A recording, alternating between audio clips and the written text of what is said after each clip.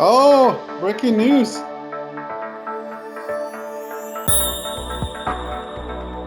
In game real time, it's hard to make that bang bang call 100%. Hello, everyone, and welcome back to another episode of Saturday Sliders, your weekly dive into all things baseball. We missed you last week, but we are back at it again. This week, we are talking expansion and realignment. That and our weekly Giants and Blue Jays updates. I'm Almar, joined as always by my co host Armando. Let's talk baseball. Thanks, Omar. Let's go around the bases with this week's update. Around the bases. Well, Sunday, Omar, let's get into right into it. Commissioner Rob Manfred is at it again, making comments about the future of baseball. He's been talking more and more about a realignment with of a 32 team realignment with two expansion teams. First of all, we're all heads. We like the tradition of baseball. Is baseball ready for a realignment? And it's saying goodbye potential to the what we know of the National League and American League. All right, like you said, Armando, this is going to ruffle some feathers with the old school crowd. Baseball is built on tradition and rivalries, and any talk of realignment is always touchy. But once expansion happens, realignment is inevitable. The key is making sure they don't mess with the stuff that really matters. Like, let's be honest, the Red Sox and the Yankees have to be in the same division. That's not negotiable. End of story. Now, some of these proposals floating around, I'm not a fan of, Armando. Take the one Fox push out with the so-called AL Mid Atlantic Division, which which have the Orioles, Nationals, Pirates, and Guardians. That's a division where you could easily see a sub 500 team slip into the playoffs, and nobody wants that. Baseball thrives when its best teams, its historic rivalries are front and center, not when we're forcing geography and ending up with watered down competition. Expansion should be exciting, but it's got to be done the right way, Armando. Oh, I'm with you.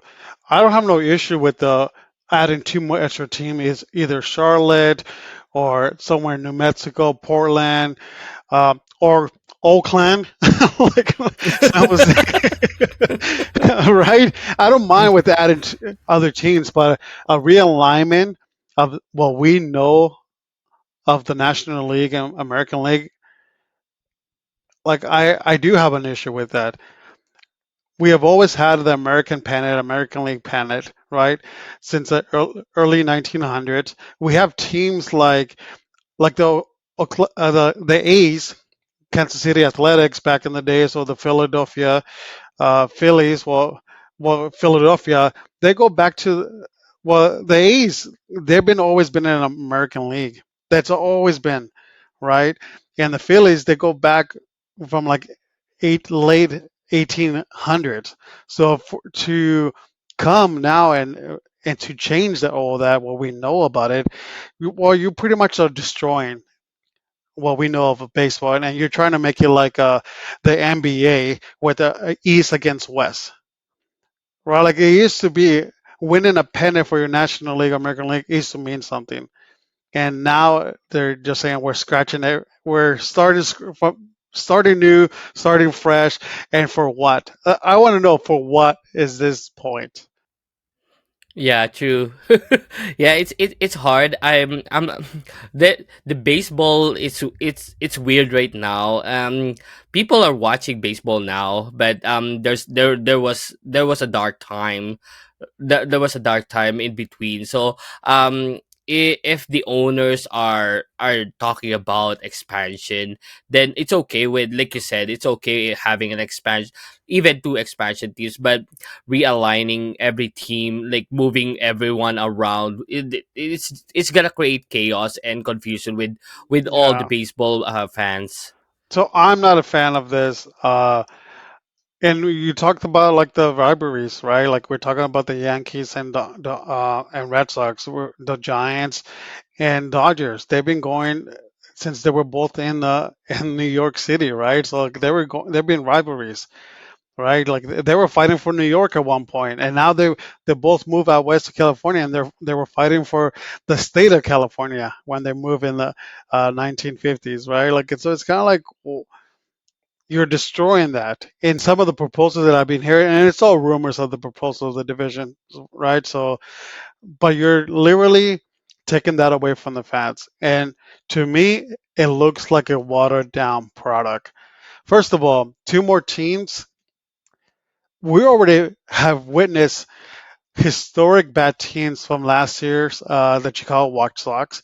This year's the Rockies.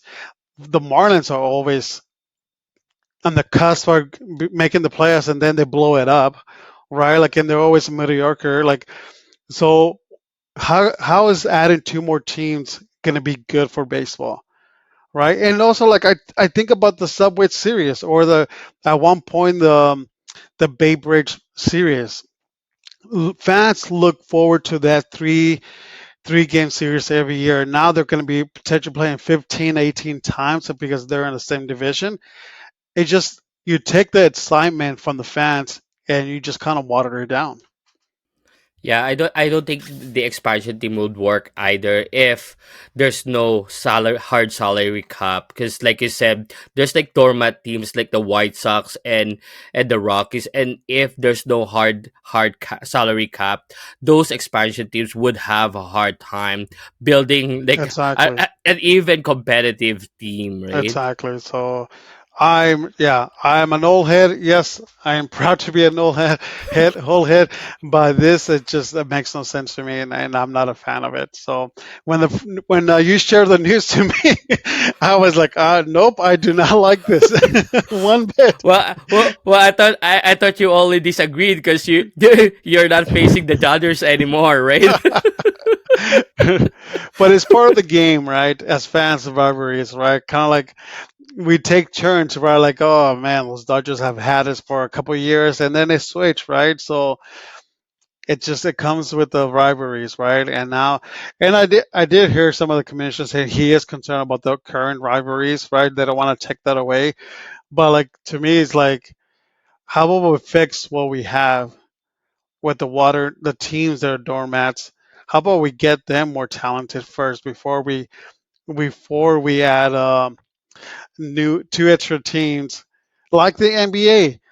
Like that's why you form power teams, right? That's why LeBron went to so many teams to team up because they didn't have the like some teams that don't have the three or four all stars in the team, right? So to me, it's just like it just becomes watered down. Yeah, I wasn't into baseball when there was an expansion team. Maybe you can enlighten me about it. Because when the NHL had the expansion team, there's a rookie draft and everything. This baseball doesn't have that, so No. I'm not sure how it works. How would you build a team from the ground up as an expansion team, right? Yeah, I remember when the Houston Astros they were part of the National League, and when they switched over to American League, that was kind of weird, right? So, but now no one really thinks about that. But at that point, like when they switched, it was kind of like, whoa, like that's weird, Yeah, it was weird when they went to the right? American League. I was like, what are you doing here? Well, they were bad at that time, so it didn't. I don't think people cared, but yeah, you're pretty much, and I understand with the DH. Now it's universal, right? That changed everything, right? It used to be that only American League had a DH, right? So that was the what that set them apart. But I gotten used to the DH in both leagues uh, because it protects pitchers. I can understand that. But how is this bringing more fans into the game or just adding more players let's be honest, some prospects are not ready, right? They still need time, and now you're forcing more teams, more players to come up faster, with this expansion and realignment. Yeah, let us say this: not every change is good, right, Armando? Yes, exactly. Good point. All right. Well, let's go to our next topic. Omar, we had some not so good news. Robles from the Sierra Mariners was handed a 10-game suspension for throwing a bat and in a AAA rehab assignment. Now, Robles has been he got injured in AAA since April. He's been kind of just dealing on just rehabbing, getting trying to get back healthy, trying to make the big roster again because the Mariners been has been waiting on him to return, and he's been scheduled to return early September for the playoff push. But now they have to that has to stop because he threw a bat at a pitcher for going inside. Um, First of all, what is your thoughts on this action, Robles' actions and the 10-game suspension? So yeah, so Victor Robles was down on a minor league rehab stint, like you said, and things got heated. He had been plonked a few times during the series, and clearly his frustration boiled over. But here's the thing, Armando: no matter how upset you are, throwing a bat at the pitcher crosses the fine line. That's intent to injure now, and plain and simple. And honestly, we're just lucky it didn't hit anyone. So a player can be mad, they can chirp, they can charge them out if they have to, if they want to, I mean. But once you start throwing equipment, that's dangerous for everybody on the field. Robles, he knows better, and this is the kind of moment that could overshadow the rest of his comeback if he's not careful with this one. Yeah. Do you have an issue that he got hit 3 times in 18 appearances, all by the same team? I mean, I saw the replay on X, the videos. It's frustrating because he's coming back. Like you said, he Robles is coming. He tried to come back from an injury, and then he keeps getting hit. How can you recover from an injury Yeah. if the injury is at the where he's getting hit? Then I'll be frustrated too. But you can't throw equipment on someone. It's that's actually like like I said, it's intent to injure now. Like, yeah, Yes. go have a word with with the catcher or someone, but don't throw anything on some other players. Like we've seen this with Mike Piazza throwing like a broken bat to like Clemens, right? Like, that could like really hurt a player. Yeah. Like, so that's a no no for me. You can be mad. I agree with Robles. I'm like, I'm done with this. But throwing a bat to the pitcher, I disagree with that one. Yeah. I think when I first of all, I think 10 games is too lenient. That's not enough. First of all, this when I first saw this, it reminded me of Miles Garrett when he grabbed the helmet and started swinging it at the Steelers QB, right? Like it is a weapon. It is intent. The bat, the same thing. You have a weapon in your hands and you have to control yourself, right? Like we definitely don't want to see a brain injury or someone hitting someone with the bat. Sorry, I didn't mean to laugh, or potential killing somebody. So you do have a weapon in your hands, and you have to have self control in that situation. Uh, I can see why he's been frustrated, right? He's trying to come back from the injury. He he got hit 3 times in 19 plate appearance. So definitely, right? Like this is big dreams, right? He's trying to make the big roster. He's a part of it, but yes, um, I can understand where he's coming from, but you cannot do that. It cannot be a 10. And for me, for that reason, I think it's too lenient of a 10 games. What do you think? Yeah, I was thinking the same thing. It's too lenient. 10 games. That's nothing in baseball games, right? Because I was thinking when you were talking, you gotta know where you are. It's a Yeah. minor league game. These pitchers, they're trying to hone their pitches. So most of them, they don't have that. they don't have that control, right? So if you get hit multiple times on a span of 3 games, yeah, it can happen. But Yeah. if it's multiple times in like one game, then I'll take offense to it. But I agree with you. 10 games is nothing in baseball games. No, I think he needs to be.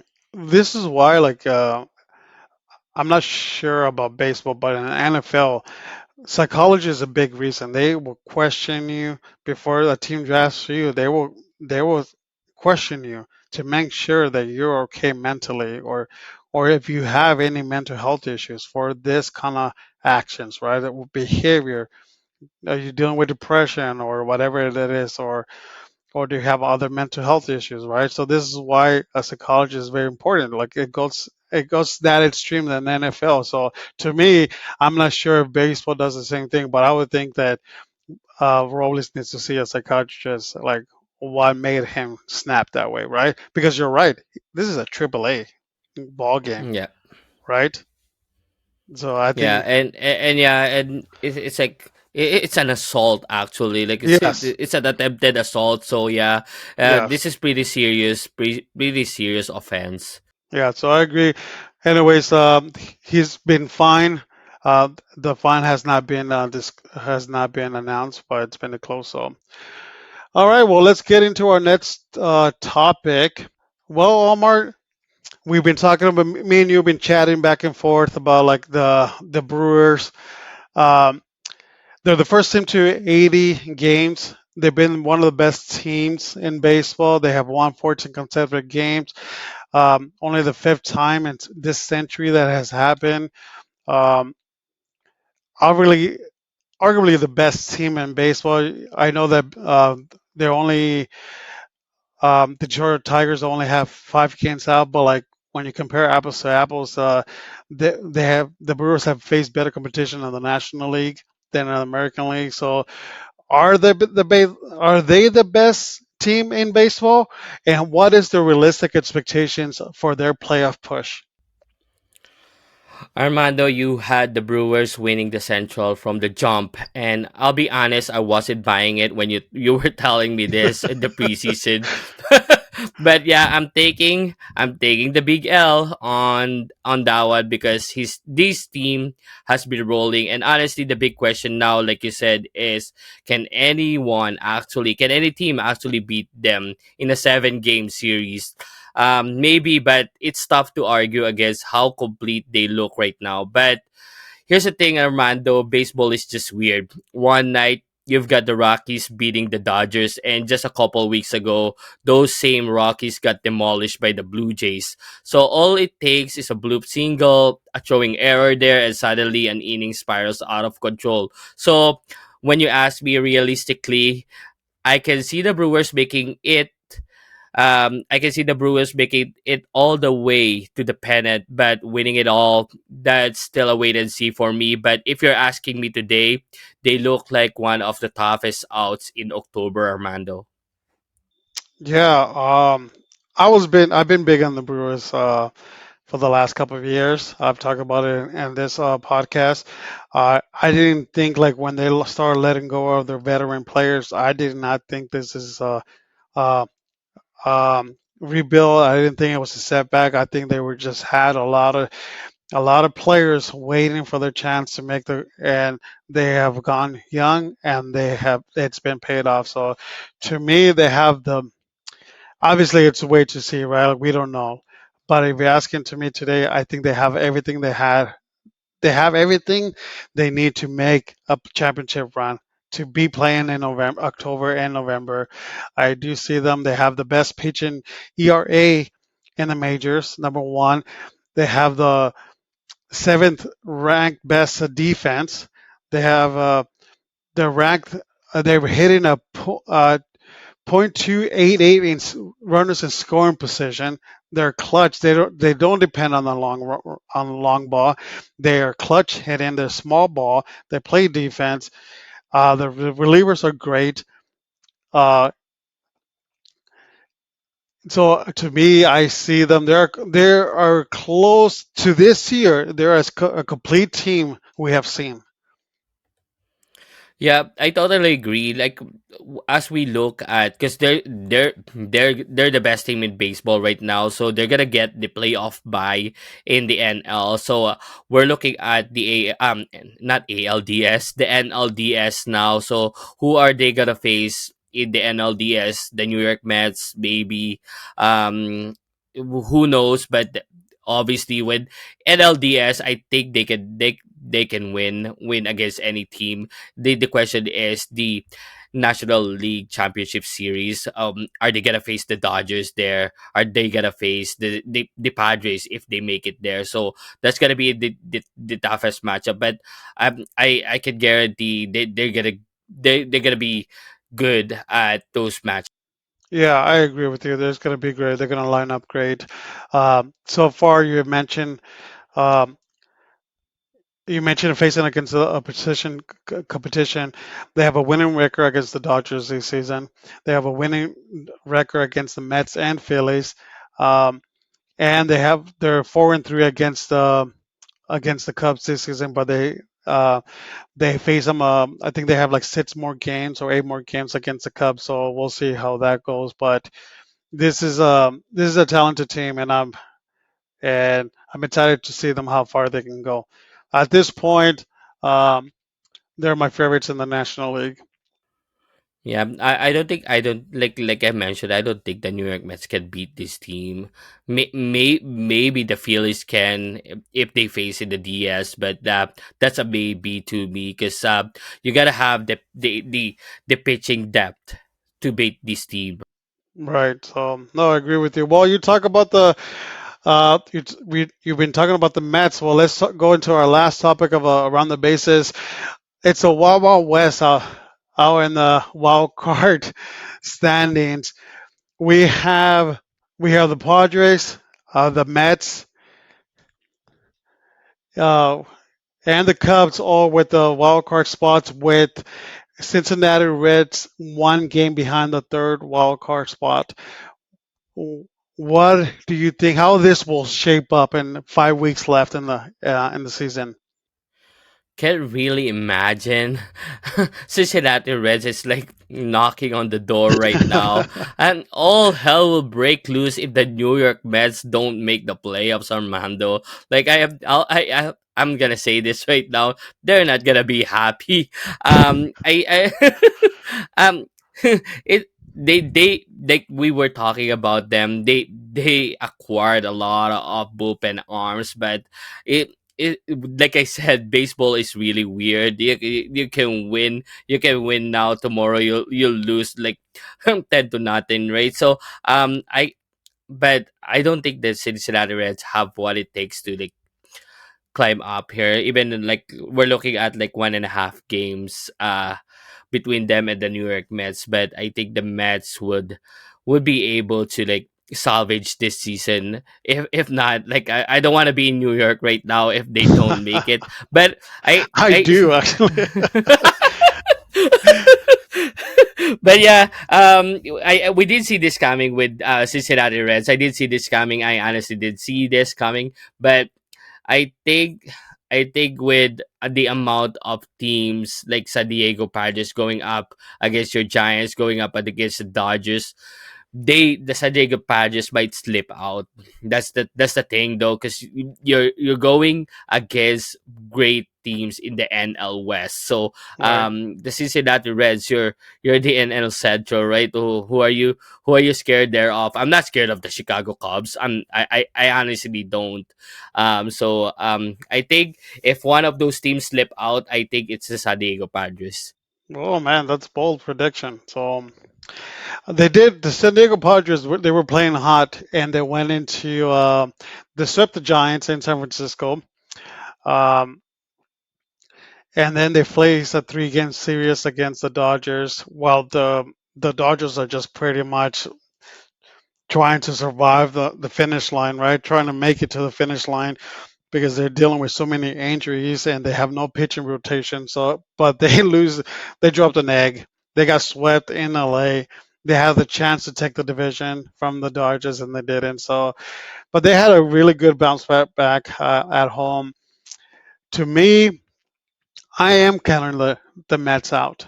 They're, last month they were they took the division from the Phillies. They had a game or two games up on the Phillies. We talked about this on this podcast, about that division. Like but now they're sitting 9 games from the Phillies.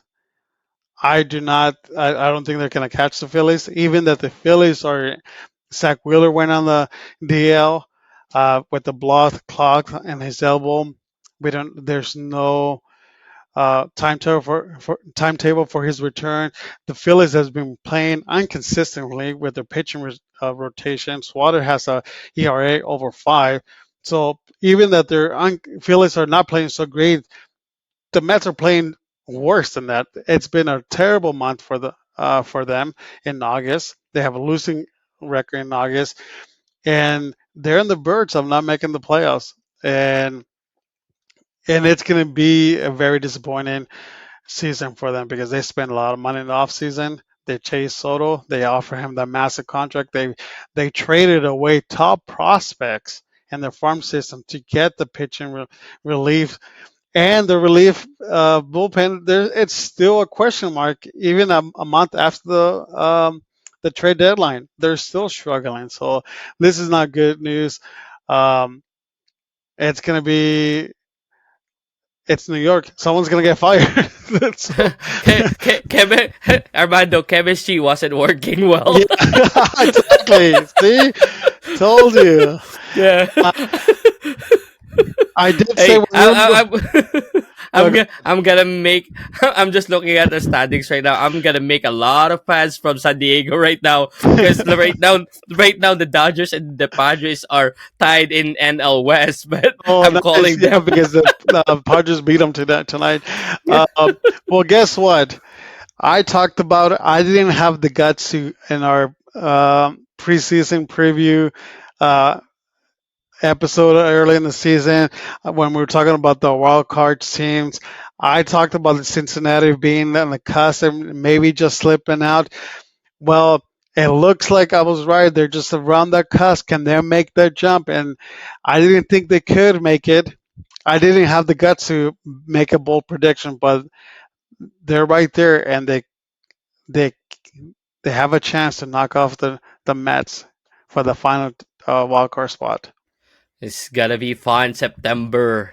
It's gonna be fun September. You know, Major I League Baseball wants to see. Well, they would like to see the Mets in the playoffs, but they would like to see Ellie De La Cruz in the playoffs. He's okay. he has turned into himself an all around player, not just speed and not just stealing bases. He's coming into his own, and I bet Yeah. the marketing team will like to have the Cincinnati Reds in the playoffs. Like, can you imagine the both New York teams not making the playoffs? I mean, the Yankees will laugh at Soto if they don't if the Oh Mets yeah. don't make the playoffs, right? But yeah, if both New York is only three and a half ahead of Kansas City right now for that wild card. So it's gonna be fun September, and yeah, let's see who doesn't make it. Let's see.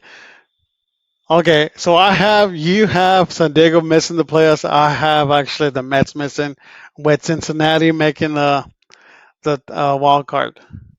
Yeah, let's do a water bet then, right? Loser gets to trade a draft pick and then No, NFL. you know I'm always down for that one, but I know you are. Anyways, well, that is it for Around the Bases. If you like this content, please subscribe, follow, and like. It will help our channel out. Perfect. Well, let's get into our Giants update. Giants, Blue Jays. It's been for a Giants update. I don't think it has changed. It's actually this team is playing worse and worse. They had um, they had a losing record at home, dropping I think of the last time that I pay attention, because I kind of disconnect from this season already, and a lot of actually baseball media and baseball fans, Giants fans in general, that just kind of disconnect from this team. Uh, it's awful. It's just not good baseball watching, and so I think the last time I checked, they lost 12 out of 13 games at home. They have never done that in Giants history, and they still continue to lose games at home. They lost the series against the Pirates, the Nationals. They they got swept by the Padres at home. It's been awful.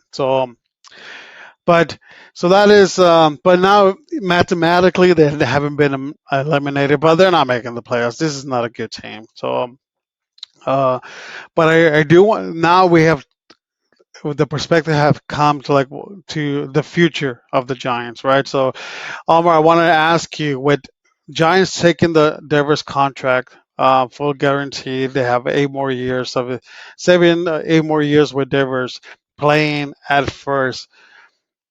He he's actually starting to look good at first, so he has made some good plays.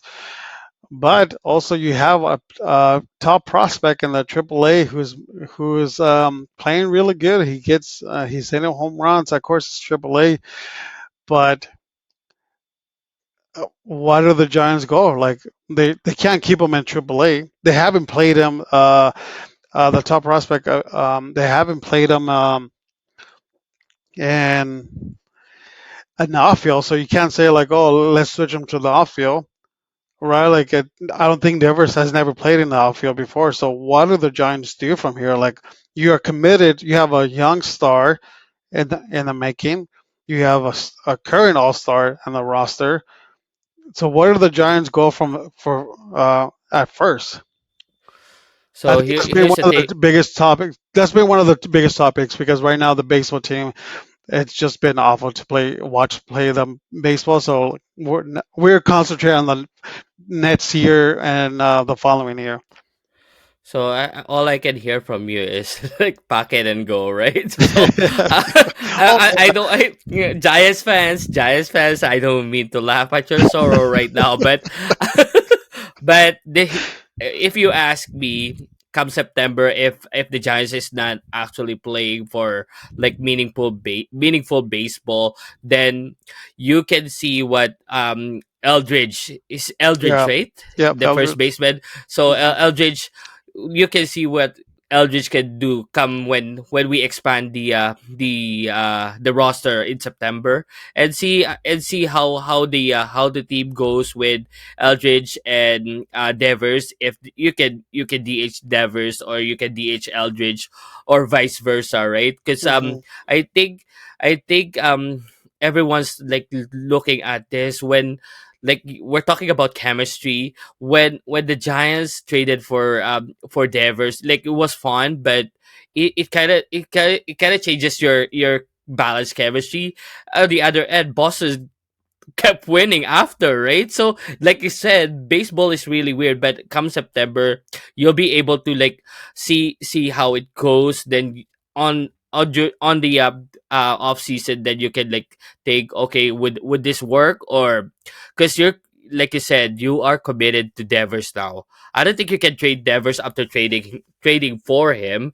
So No, yeah, that's. I don't yeah, think it you're will sit stuck. well because we traded some top prospects to get Devers, but like I said, like the Boston did not want to pay him all the money just for him to be DHing, and now do the Giants, are they going to be willing to pay him all the money just to DH, right? So, and what do Well, you do? that's the Like thing, it's though. You basically Buster Posey and the Giants are just gonna have to bite the bullet on this yeah, one, right? So yeah, it's hard because like when you're winning, it masks yes, all the mistakes, this right? stuff, Yeah, right? Yeah, all the mistakes it masks all the this, right? flaws. Yeah, But yeah. yeah, all the flaws. But now you're losing, and every flaw you can actually like see. Okay, this team isn't like when you go like when you got Willie Adames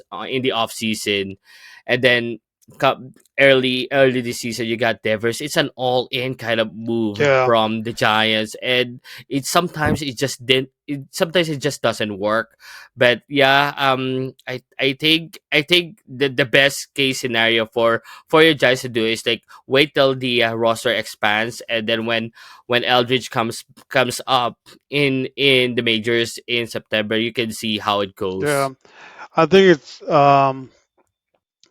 yeah, you're right. Like obviously, they haven't said that he's going to be one of the players that gets called up in September. Um, I think you need to. Like even the Giants have been very quiet about Bryce Eldridge because they're putting all their baskets on him. He has the raw power. You can see the raw talent, right? His defense is not there, but that's the only position he plays is first. So we'll see what happens, but it just makes you question who's going to be playing first in the future, right? So to me, well, you're right. They've spent a lot of money this offseason and it didn't go according to plan. To me, the way it's one of those same report questions like what went wrong. They've asked Posey, they asked about Melvin, they've asked the players, and no, everybody says the same. We don't know what happened. If I had answers, we would have fixed it by now, right? So, to me, what I see it is because Devers is playing good baseball now. So, but the rest of the team is not. And the way I see it is, yes, they have Willie, they have Chapman, they have Devers, but they don't have the supporting cast. That's just the reality. They have nice pieces, but in order to contend against the Padres, against the Dodgers, or against any other top prospects, you need your core players. You need them to be solid, right? So, and I think that's what I noticed this season. Like, I like Ramos, but he makes way too many mistakes, and you just can't make that many mistakes in the outfield. Like seven like errors and within 1 week, that's just not that's not a success recipe for success for content for to be a contender, right? So at least that's my opinion on what went wrong. I just don't think they have the supporting cast. Yeah, I agree to some extent. I think when we're looking at it, we talked about this. And this is not a surprise for your Giants. The turning point was when Matt Chapman got injured. Because before Matt Chapman got injured, you were tied with the Dodgers in the NL Yeah. West. So, but when Chapman went down with an injury, that started the Yeah, it roll was the down, right? downfall. Yeah, right.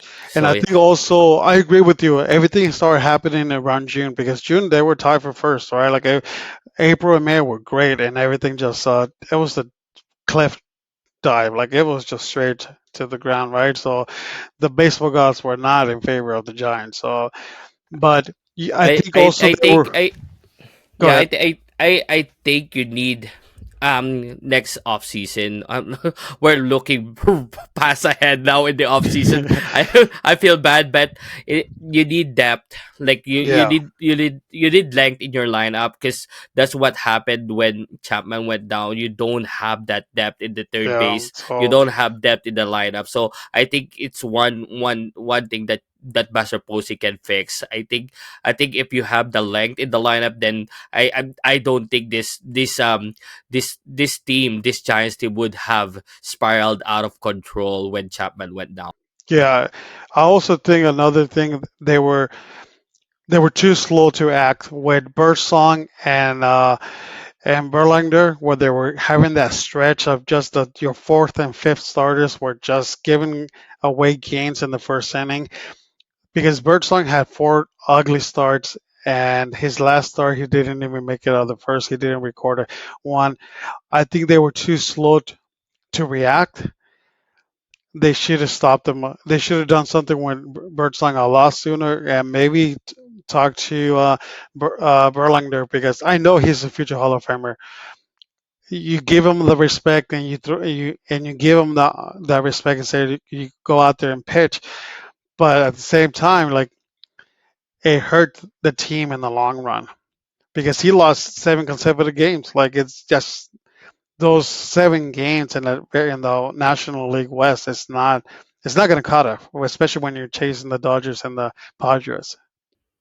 Yeah, I totally agree with your Justin Verlander and Birdsong. Especially with Verlander, he knows what's up. He knows that the Giants are in for playoff contention. It's always been like that for the Giants, and this is not like, oh, we can wait around and see if you still have it. If you don't have it, you don't have it, right? It's like Yeah, exactly. he's a true professional. I I believe if your manager or Buster Posey came up to Justin Verlander, he'll be able to like say, oh, okay, I really don't have it, trade me, or like Yeah, put me on like the it's pen, something, right? yeah, like I think you could have said something like, Verlander, we can't expect you to throw 6 innings. How about you just become a long reliever, right? Like you start the game and however you go like 2, 3 innings, like you're just a long reliever, like and then go to the pen, like. But it's leaving him out there for 6 innings and just giving the game away. It's just awful, and the offensive woes has still continues. They're not scoring runs. They're losing. When they win close. They hit a home runs, but when they lose, they're losing like 8-1, 9-1, and it's just awful. Like it's it's kind of like when you just have, well, it's kind of those seasons so you just have the game on the background.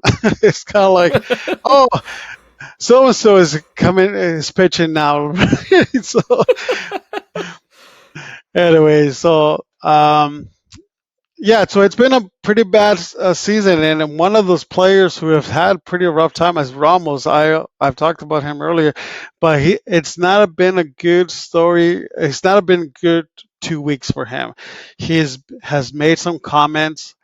The fans have not. He's kind of lost respect from the fans, Giants fans. There's a lot of frustrated Giants fans, as we should, right? So. And he has not responded well to the criticism for the fans. He has made comments like, um, the reporters asked Ramos, "What do you think is Bob is the skipper safe? Is he coming back? What do you think of the Giants fans saying that he should be fired?" And he has made comments. He's a great person. He's a good manager. Um, People don't know what's going on inside the locker room, but we do. Um, and Everybody loves it when we're winning, but we're not. They just turn on us very quick. First of all, after those comments, what do you think of his comments, Ramos? Well, it's still Ramos is just still relatively a young player. Yes. He'll know the ins and outs. But yeah, if the season's frustrating and you get asked those questions, sometimes you just get answer it. Sorry, you can just answer it properly when your head's not there, right? So sometimes that's why when the team is losing like this, you you have to bubble something. You have to bubble wrap some of the players so that the media can talk to them, right? Because like this blobbers and stuff, like it doesn't look good for the Giants. Yeah, I think for Ramos, it's also he's a Spanish player, right? So Spanish players play with a lot of emotions, right? He said he was defending his manager, which is rightfully so, right? He's a player's coach, Melvin. Um, yeah, so like I think there's probably could have been a translation issue. We don't know yet. But to me, as a fan, Giants fans are very forgiving.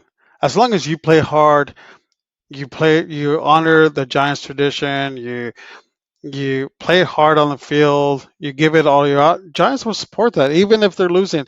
Giants are still packing the stadium out, even that they're losing, they're still showing up. That's how much Giants are. This is what separates the Giants fans versus the Yankees fans or the Mets or the Boston's, right? Like we Giants fans are forgiven as long as you play your heart out. You're good, even if the results are not showing up, right? But like if Ramos was in another market like Philly or the Yankees, they would have eat him to life. So I think Ramos, yes, it shows that it's been a frustrating fans of season for everybody, for the fans, the media, the players. You can tell, right? So, but I think to me as a fan is like, hey man, we're still showing up. You need to show up as well. All right. So there has to be an integrity of the game, right? Respect. Like the respect you show to the fans still showing up and still playing hard. And so well, at least that's where I see it. But it's not been a good season against, like I said, the Giants got swept this in San Diego. No, they lost 3 out of 4. They won one game. But anyways, you even saw Willie Adames making comments, having an argument against Val Melvin. Um, according to reporters, they were arguing about the strike zone. The strike zone was not consistent, but you can tell like there are like Willie Adames. You can see like what do you want me to do? Like throwing his hands up to like showing off Val Melvin. So you can tell it's been a very frustrating season, and I think they're just kind of waiting to be end. So Yeah, it's tough. It's tough because the Giants have the talent and they have the personnel to like go deep in the playoffs. And yeah, if it just spiraled out of control right quick, and you weren't able to recover. yeah, so I agree. So, anyways, that is it for the Giants update. Um, we'll see what September comes up, and we'll see. Maybe next week we'll have some of the players. I can list some of the players that are being called up. Yeah, so that's one positive with this Giants. Then because the call ups we'll see the prospects come Right. up So and see what they have, right? exactly. So Yeah, thanks for that update, and that's a sour update from you, Armando. And yeah, thanks for that Giants update. But for your Blue Jays update this week, let's start with Vlad Jr. He's still day to day with the hamstring inflammation. The Jays are being extra cautious with their star player, and honestly, I get it. They're going to need him healthy for the stretch run and into the playoffs. So no sense rushing him back soon with this hamstring, and it's tricky right. with hamstring injury. So I'm okay him not playing against this series with the Marlins, because next week they're gonna be facing the Brewers. So uh rest up your hammy there, Vlad. We'll see you at home versus the versus the Brewers there. Right. So yeah. Now let's talk about that series in Pittsburgh. What a bummer, Armando. The Chase dropped 2 out of 3 against a struggling Pirates team. The issues first, not scoring enough runs, and second, Jose Barrios has been flat out awful, and that's a tough combo if you're trying to win a division. So with we're talking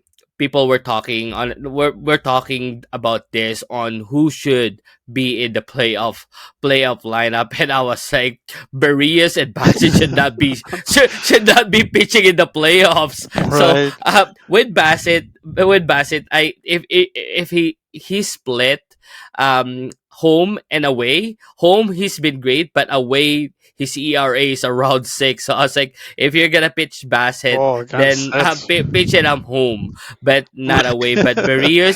Barrios, it doesn't matter. He's been serving serving home runs right after another. But this is what worries me about Barrios. Is he actually healthy? So the Jays are talking about it, but he's not right now. So I think it's time for the Blue Jays to have a 6-man rotation with Shane Bieber, which I'm gonna talk about next. Shane Bieber coming up in the rotation, but the news there is Eric Lauer, who was pitching in the bullpen and then came up as a starter, who's been phenomenal for the Blue Jays, is moving back to the pen to accommodate Shane Bieber here. But everyone was like, why throw in someone like Eric Lauer who was doing great Right.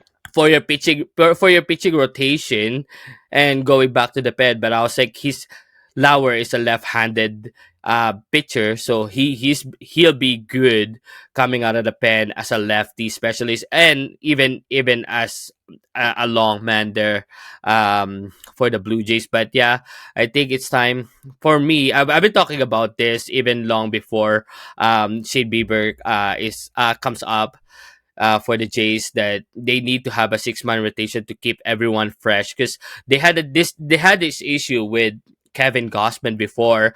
Gossman needed to have an extra days of rest to get that reset, and Yep. now Gossman has been pitching well. So you need everyone fresh for the stretch run. It's gonna be a battle, and then come playoff time, it's go time, right? So No, I'm I all agree with for you. like a yeah. I agree with you. At this time, the rest of the August and September, I think you need to.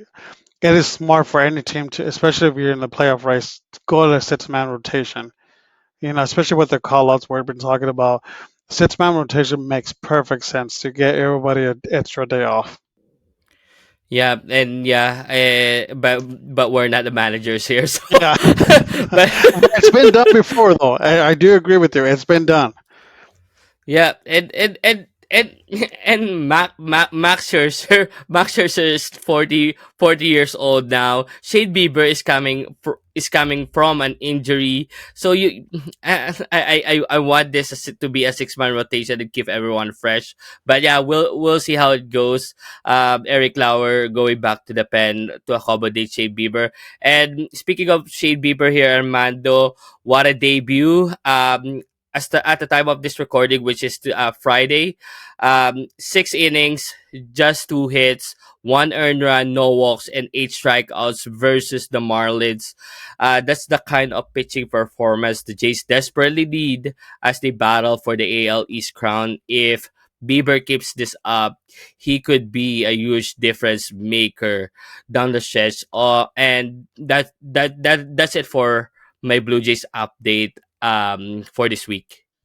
I That's pretty good, Slaughter. I'm shocked that he actually went 6 innings, 87 pitches. That's stellar.